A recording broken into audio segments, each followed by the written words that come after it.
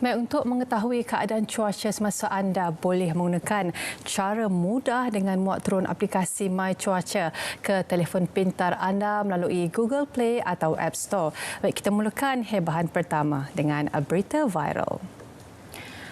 Baik, kerajaan semalam akhirnya bersetuju membenarkan pengeluaran khas kumpulan wang simpanan pekerja KWSP sebanyak RM10,000.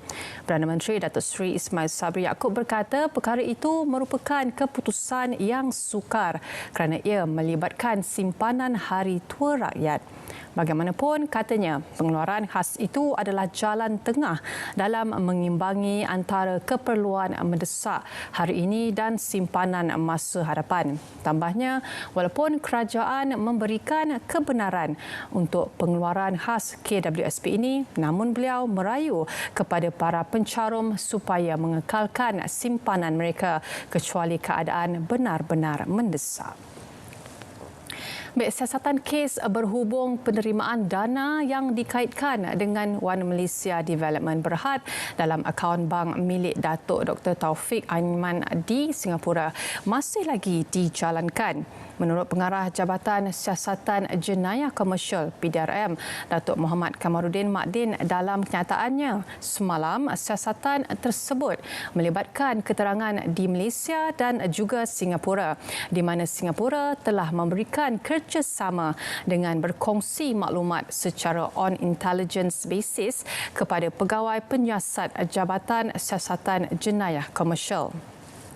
Ujarnya kertas siasatan polis telah dirujuk kepada Jabatan Peguam Negara di Putrajaya pada Oktober tahun lalu dan arahan diterima menerusi jabatan itu bagi PDRM mendapatkan keterangan di Singapura yang boleh diterima oleh Mahkamah Malaysia. Polis menafikan dakwaan bahawa tiada tindakan diambil ke atas perbuatan dera yang dilakukan seorang wanita warga asing ke atas seorang kanak-kanak yang tular di media sosial. Ketua Polis Daerah Timur Laut Pulau Pinang SCP Sofian Santong dalam satu kenyataan berkata ini kerana video berdurasi 15 saat itu merupakan video lama yang ditularkan kembali. Katanya lagi satu laporan polis telah dibuat oleh seorang wanita tempatan pada 7 Disember tahun lalu dan kes disiasat di bawah Seksyen 3-1-A Akta Kanak-Kanak 2001. Jelasnya suspek dalam kes berkenaan yang merupakan pengasuh kanak-kanak tersebut telah ditangkap oleh polis pada 8 Disember 2021 di lokasi kejadian.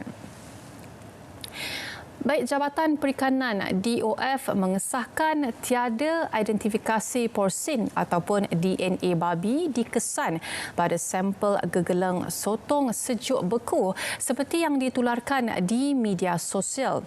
Timbalan Ketua Pengarah Perikanan Pengurusan Muhammad Sufian Sulaiman berkata, jabatan itu melalui Makmal Pusat Biosecurity Perikanan Kuala Lumpur telah menjalankan identifikasi analisisa porsin ke atas sampel gegelang sotong itu.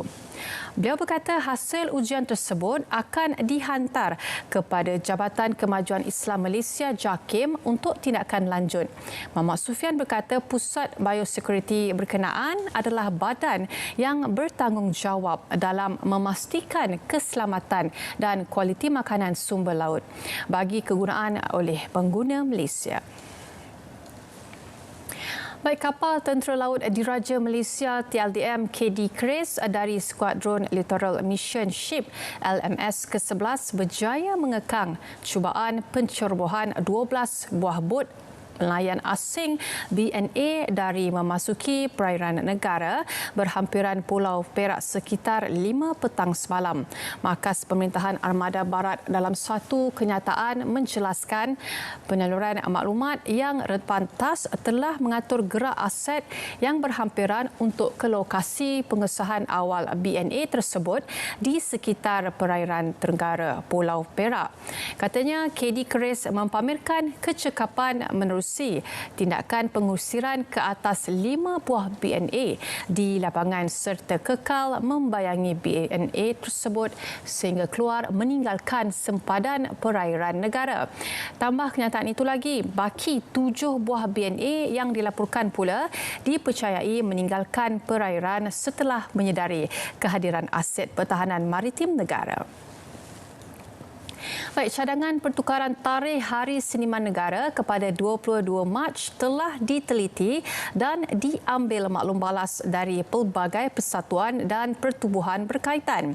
Menteri Komunikasi dan Multimedia Tan Sri Anwar Musa dalam satu kenyataan menjelaskan pertukaran tersebut seiring dengan hari kelahiran Seniman Agung Tanah Air Tan Sri P. Ramlee dalam usaha memperingati jasa dan sumbangan beliau terhadap industri kreatif negara.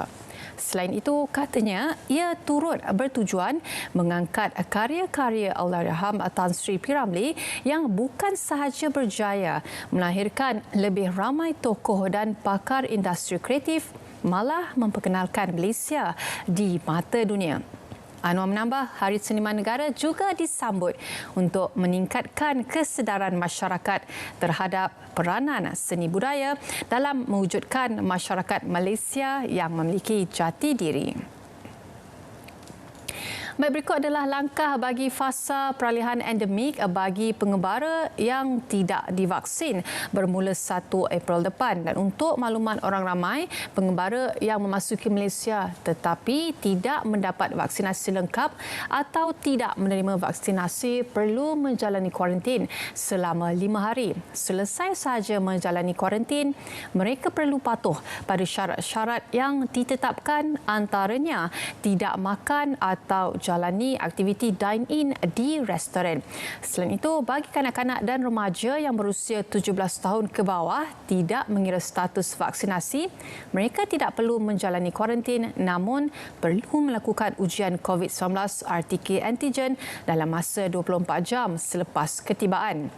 Seterusnya, pengembara yang dikecualikan dari menerima vaksinasi atas faktor kesihatan perlu memuat naik bukti pengecualian yang diberi pengamal perubatan ke dalam aplikasi MySejahtera. Baik, pastikan sahih berehat seketika. Kita kembali lagi selepas ini.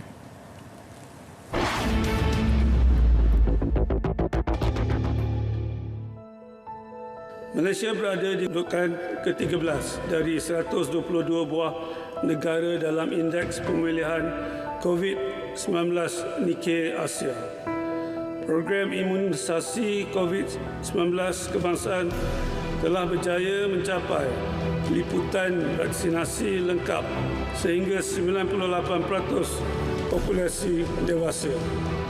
Bagi memastikan imuniti kekal pada tahap optimum dan sebagai benteng dalam menghadapi varian baru, Beta menyeru agar rakyat Beta untuk mendapatkan dos penggalak menerusi program yang sedang dilaksanakan oleh kerajaan.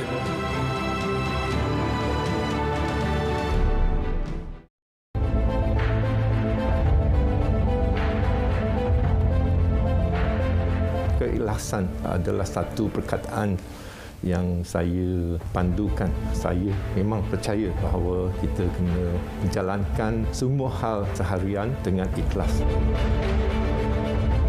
Beliau juga sebagai seorang ayah dan juga guru kepada kami semua dekat sini. Dalam waktu bekerja, dia bertegas, kat luar dia boleh bergerak sendara.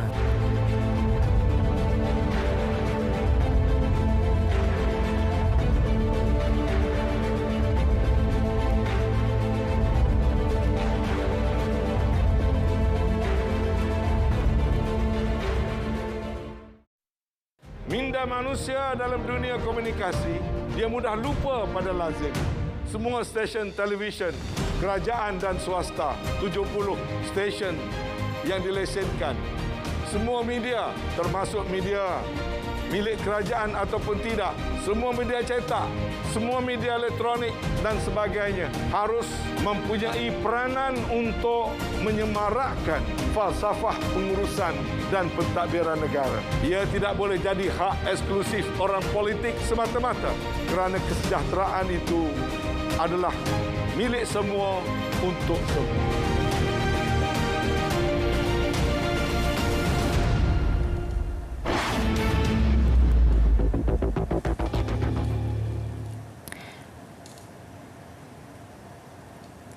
Kini bertemu kembali dalam Pastikan Sahih dan Kumpulan Wang Simpanan Pekerja KWSP mengumumkan permohonan untuk pengeluaran khas RM10,000 akan dibuka kepada ahli di bawah umur 55 tahun bermula 1 April 2022. Menurut KWSP, dalam satu kenyataan, tarikh akhir permohonan adalah pada 30 April 2022 manakala tempoh pembayaran akan dilaksanakan bermula 20 April depan.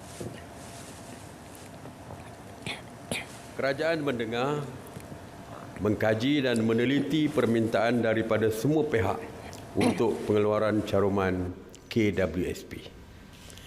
Justru pada hari ini, kerajaan bersetuju membenarkan pengeluaran khas KWSP sebanyak RM10,000. Penjelasan lanjut dan detail mengenai pengeluaran khas KWSP ini akan dibuat oleh Kementerian Keuangan dan KWSP. Ini merupakan keputusan yang sukar kerana ia melibatkan simpanan hari tua rakyat dan pengeluaran khas ini adalah jalan tengah dalam mengimbangi antara keperluan mendesak hari ini dan simpanan masa hadapan. Pencarum Kumpulan Wang Simpanan Pekerja KWSP perlu memanfaatkan sepenuhnya pengeluaran khas KWSP RM10,000 ini bagi menyelesaikan masalah kewangan yang dihadapi. Lebih wajar lagi, mereka digalakkan mendapatkan khidmat nasihat kewangan daripada mana-mana agensi berkaitan sebelum membuat keputusan mengeluarkan wang simpanan besaran mereka. Lihat dari segi mekanisme pengeluaran dan sebagainya, mungkin tidak ada isu kita boleh gunakan mekanisme dan saluran yang sedia ada.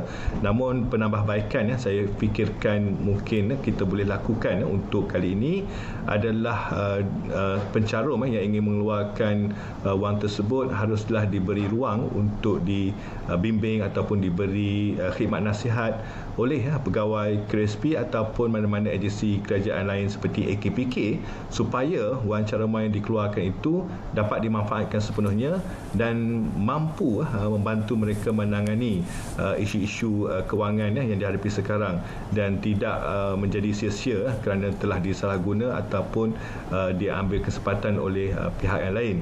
Di sini saya lihat penambahbaikan dari segi memberi ruang untuk khidmat nasihat dan bimbingan itu mampu mengoptimumkan penggunaan wang tersebut sekaligus mencapai hasrat kerajaan untuk membantu mereka yang masih terkesan di dalam suasana pandemik dan dalam perkembangan lain, sebanyak 24,150 aduan berkaitan penipuan urus niaga dan pembelian dalam talian dilaporkan kepada Kementerian Dalam Negeri dan Hal Ehwal Pengguna KPDN HEP dalam tempoh 18 Mac 2020 sehingga 28 Februari lalu.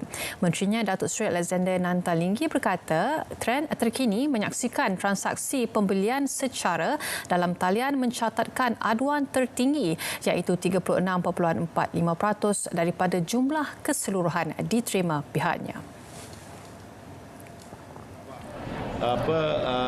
MRT itu kita balut dengan logo-logo dan mesej-mesej dan sebagainya, maklumat tentang kepenggunaan. MRT secara purata mempunyai lebih 60,000 ridership atau penumpang setiap hari. Ya. Jadi yang menghabiskan masa dalam coach MRT itu dan dalam perjalanan mereka ke destinasi mereka. Jadi biarlah dalam coach tu mereka dapat nampak, dapat mengetahui secara membaca yang ada kita letak ke sana sebagai iklan dan sebagainya, maklumat-maklumat tentang saluran untuk buat aduan dan Hujan lebat yang turun selama beberapa jam petang semalam menyebabkan 50 buah rumah di 4 buah kampung di Mukim Karangan Kulim Kedah dilanda banjir. Bagaimanapun, tiada penduduk yang dipindahkan ke pusat pemindahan sementara PPS setakat ini. Kampung terlibat ialah Kampung Baru Sungai Kop, Kampung Banggol Penyengat, Kampung Seberang Jaya dan Kampung Padang Limau. Pegawai Pertahanan Awam Daerah Kulim Lieutenant Pertahanan Awam Muhammad Faizul Abdul Aziz berkata hujan lebat menyebabkan paras air sungai berdekatan meningkat dengan mendadak dan melimpahi tebing sebelum memasuki rumah penduduk yang terletak di kawasan rendah. Baik, banjir besar yang berlaku di beberapa negeri pada penghujung 2021 dan awal 2022 lalu telah merosakkan infrastruktur awam serta kemudahan milik Jabatan Pengairan dan Saliran JPS dianggarkan berjumlah 640 juta ringgit.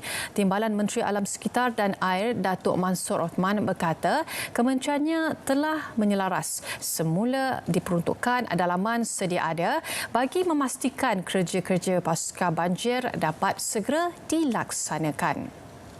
Dan langkah-langkah ini diambil supaya setiap pendekatan struktur dan bukan struktur bagi menangani masalah banjir dapat dilaksanakan dengan mengambil kira faktor perubahan iklim dalam peringkat perancangan, reka bentuk dan pelaksanaan projek-projek melibatkan sektor air dan infrastruktur.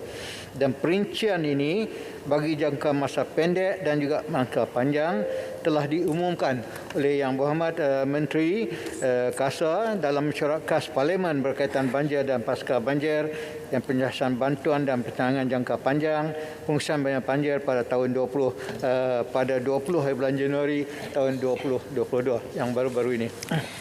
Baik, Jabatan Pengangkutan Jalan JPJ berjaya membongkar kegiatan pemandu kereta sapu atau ulat jaket yang berpakaian kemas, berjaket dan mengenakan caj melampau terhadap pelancong. Ulat jaket yang beroperasi di lapangan terbang antarabangsa Kuala Lumpur KLIA dan KLIA 2 itu mampu meraih keuntungan RM800 hingga RM1,000 sehari. Tak berhati-hati, mereka akan menjadi mangsa kepada ulat jaket ni, yang mana akan membuat charge sepanjang mereka duduk sini dalam masa seminggu ke sampai ke 30-40 ribu pun, yang mana tak masuk akal lah kalau kita, sebab mereka tahu mangsa mereka ni berduit. Jadi apabila mereka tahu mangsa mereka ni berduit, mereka boleh charge sewenang-wenangnya dan ini akan memberi satu imej yang tak baiklah pada negara kita. Dan ini at the end of the day, pelancong-pelancong daripada Timur Tengah ni, Middle East ni tak mahu datang negara kita dengan sebab charge yang dikenakan secara berlebihan, secara tak masuk akal tu terhadap mereka. Ini yang kita mahu elakkan. Yang di-Pertuan Agong Sultan Abdullah Riayatuddin Mustafa Bilal Shah dan Raja Pemaisuri Agong Tunku Hajah Azizah Aminah Maimunah Iskandariah menzahirkan rasa sukacita dan bangga dengan kejayaan atlet olahraga negara Shirin Valeboy yang mengharumkan nama Malaysia di persada dunia. Menerusi catatan di laman Facebook rasmi Istana Negara, Sri Paduka Baginda berdua menzahirkan ucapan tahniah kepada Shirin atas kejayaan beliau memecahkan rekod kebangsaan acara 400 meter di kejohanan trek dan padang dalam Dewan Division 2 National Collegiate dan Athlete Association NCCA Amerika Syarikat pada 12 Mac lepas. Sri Paduka Baginda berdua menzahirkan ucapan selamat maju jaya kepada Shirin dan mendoakan semoga beliau dilimpahi kejayaan cemerlang berterusan. Baik, Parti Bernas Nasional Berhad Bernas meluaskan program sawah berskala besar Smart SBB kepada 12 lokasi penanaman padi di seluruh negara berbanding 4 lokasi pada awal tahun lepas dengan penglibatan hampir 465 pesawah. Ketua Jabatan Pengurusan Ladang Bernas Nursihin Abdul Haj Rahman dalam kenyataan memaklumkan antara lokasi terlibat ialah di lokasi Batu Pahat dan Titi Tinggi, Perlis, Bukit Besar, Kedah, Sungai Manik, Perak, Tok Khamis dan Jelor, Pasir Putih, Kelantan, Gong Dasar, Terengganu, Gancong Hulu, Rompin, Pahang, Batang Lupar, Sarawak dan Kampung Kalumbai, Kota Belud, Sabah. Smart SBB yang menerapkan amalan pertanian lestari adalah program kerjasama antara Kementerian Pertanian dan Industri Makanan, MAFI, syarikat-syarikat peneraju seperti beras dan Lembaga Zakat Negeri Kedah LZNK. Baik, Dewan Bandaraya Kuala Lumpur DBKL sedang menjalankan kajian terhadap sistem tempat letak kereta pintar menerusi penggunaan teknologi maklumat dan komunikasi ICT sebagai usaha menaik taraf kemudahan itu di Ibu Negara. Timbalan Menteri Wilayah Persekutuan Datuk Seri Jalaluddin Alias berkata sistem berteraskan teknologi digital itu bakal diaplikasikan di 60,000 tempat letak kereta bahu jalan milik DBKL di ibu kota. Jalaluddin berkata DBKL perlu dinamik dan produktif dalam menguruskan isu perbandaran dengan memperkasakan penyampaian perkhidmatan terutamanya yang berteraskan teknologi digital. Hari ICT DBKL 2022 berlangsung selama 3 hari bermula semalam bertemakan Smart City Towards Green Technology and Revolution yang meletakkan fokus utama kepada manusia, proses teknologi dan data. Dan seterusnya, Kementerian Pelancongan Seni dan Budaya MOTAK menyasarkan kedatangan 2 juta pelancong ke Malaysia pada tahun ini dengan keuntungan melebihi 6.8 bilion ringgit. Menteri Berkenaan Datuk Seri Nansri Shukri berkata ini susulan pengumuman kerajaan berhubung pembukaan semula sempadan negara pada 1 April ini yang diharapkan dapat merancakkan industri pelancongan yang terjejas akibat pandemik COVID-19. Sebelum ini dilaporkan Perdana Menteri Datuk Seri Ismail Sabri Yaakob mengumumkan negara akan memasuki fasa peralihan ke endemik serta pembukaan semula sempadan negara mulai 1 April depan. Sementara itu, bercakap pada sidang media selepas sesi penggulungan itu, Nancy berkata MOTAK memperuntukkan 50 juta ringgit bagi Geran Padangan Pelancongan Seni dan Budaya GPPSB merangkumi Geran Sempadan Sektor Pelancongan GSSP dan Geran Sempadan Sektor Kebudayaan GSSK. Baik, pastikan sahih berehat lagi. Kita kembali selepas ini.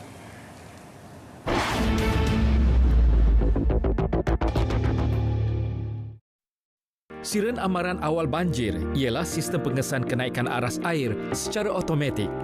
Sistem ini dilengkapi dengan pembesar suara akustik, sistem pemantauan bersepadu dan menggunakan sistem solar sepenuhnya. Selain itu, ia juga berupaya memberi arahan daripada pusat ramalan dan amaran banjir negara ke stesen siren dengan kaedah voice activation. Keupayaan bunyi siren ini boleh menjangkaui 1 hingga 2 km bergantung kepada keadaan topografi setempat dan terdapat 2 jenis siren. Pertama, bunyi siren amaran.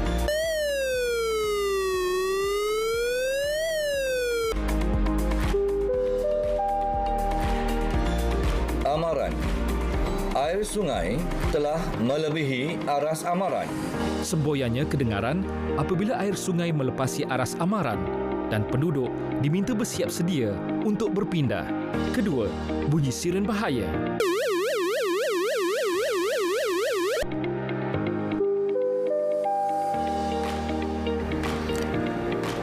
Bahaya. Air sungai telah melebihi aras bahaya. Ia diaktifkan setelah air sungai melepasi aras bahaya dan penduduk diminta untuk berpindah serta-merta. Sistem siren amaran awal banjir memberi manfaat kepada masyarakat untuk bersiap siaga menghadapi bencana banjir.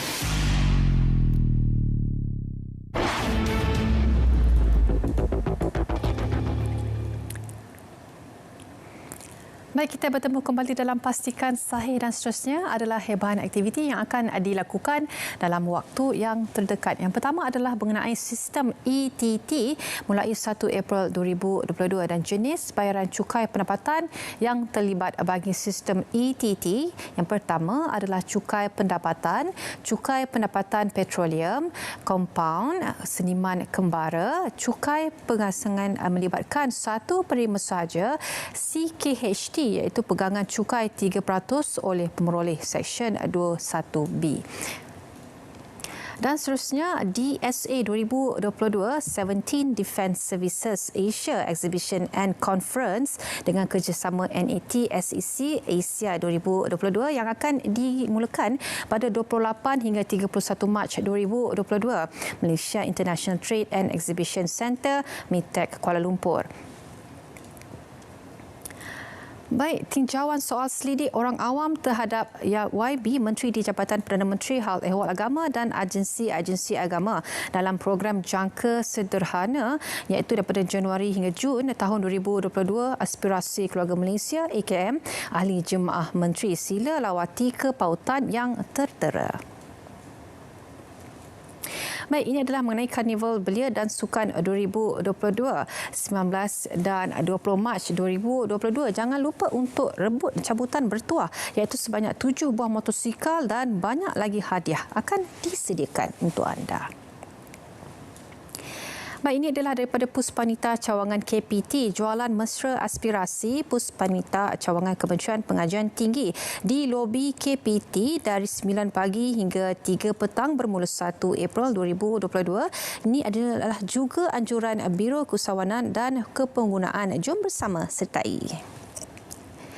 Dan seterusnya, kongsi rezeki bersama Saji. Dapatkan hadiah tajaan Saji dengan melakukan transaksi berikut. Apa yang anda boleh lakukan adalah kemaskini profil kali pertama atau penukaran status akaun kanak-kanak ke dewasa, dan tempoh kempen adalah 15 Mac hingga 30 April dan hadir ke tabung haji yang mengambil bahagian. Baik, jangan lupa untuk sertai webinar Macau Scam di tahap krisis nasional bersama penceramah ASP Rahmat Fitri bin Abdullah yang akan dimulakan pada 19 Mac 2022 iaitu pada hari Sabtu 10 pagi hingga 11.30 pagi. Baik, sekian sahaja daripada saya untuk hari ini. Kita bertemu lagi esok jam 3.30 petang di saluran berita RTM My Review 123 dengan situ. Assalamualaikum.